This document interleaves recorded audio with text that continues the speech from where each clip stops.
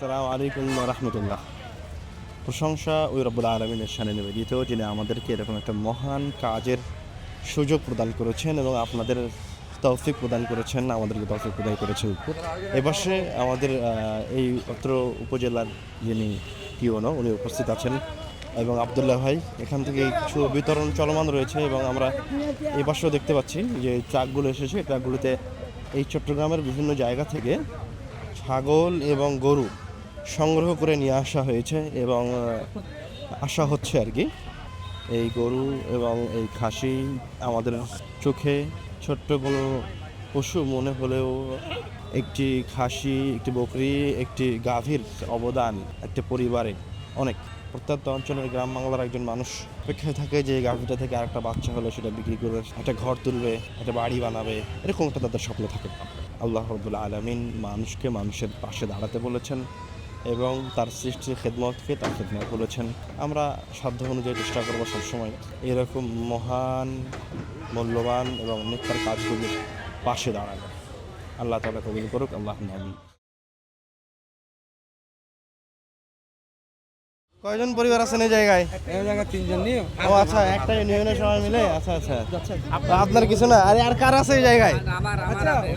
হ্যাঁ, আপনার কি আছে? আপনার একটা গরু আছে, মাশাআল্লাহ। আপনার গরু আছে? আচ্ছা, এই যে গরু নিলেন, ছাগল নিলেন, আলহামদুলিল্লাহ, এরকম একটা বিপদের সময় তা আপনাদের কাছে আসলে কেমন লাগলো? কিছু বলবেন, কোনো মন্তব্য? হ্যাঁ, ভালো লাগছে, খুব ভালো লেগেছে, আলহামদুলিল্লাহ। খুশি তো আপনারা? খুশি, আমার অত্যন্ত খুশি। এই গরুটা নিয়ে যে আপনি কি করতে পারেন, আপনার ইচ্ছা কি আছে? খোদাইয়ের দিকে তৌফিক দিলে, খোদাইয়ের রহমত করলে আমরা এর একটা ব্যবস্থা। আমরা সরজমিনে করেছি তো, রিপোর্ট করেছি তো, হ্যাঁ, বলেন। আমরা কথা বলতে গিয়ে যেটা হয়েছে, মানে মানুষ অত্যন্ত তারা আবেগ আপ্লুত হয়ে গেছে অনেকে। নর্মালি তো আসলে একটা গরু বা একটা ছাগল দিয়ে তাদের ক্ষয়ক্ষতিগুলো পূরণ হবে না, তারপরেও তারা এই কঠিন মুহূর্তে যে একটু একটু সহযোগিতা পাচ্ছে। আপনি তো একটা গরু নিয়েছেন, হ্যাঁ? জি, আপনার কি অনুভূতি, কেমন লাগতেছে? ভালো লাগতেছে অনেক। অনেক ভালো লাগতেছে। আপনার পরিবারে কয়জন সদস্য? ওনার চারজন। হ্যাঁ, চারজন। 4 জন সদস্য। চারজন বলতে ওনার শ্বশুর, শ্বশুর আছে, শ্বশুর আপনি, আছে, আপনার স্বামী। স্বামী নেই। স্বামী নাই।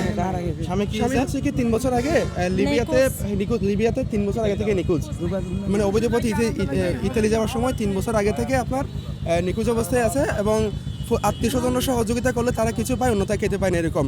তো এবং তাদের একটা ক্ষতি, বন্যার সময় তাদেরও চরম লেভেলের ক্ষতি হয়েছে।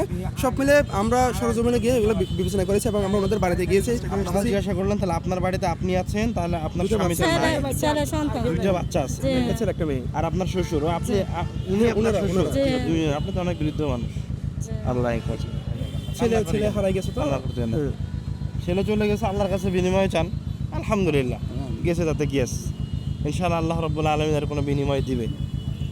আর দুইটা আপনার তাহলে দুইটাই নাতি না নাতি? একটা ছেলে একটা মেয়ে, নাতি আর পুতি নিয়ে আপনি তাহলে সংসার করতেছেন।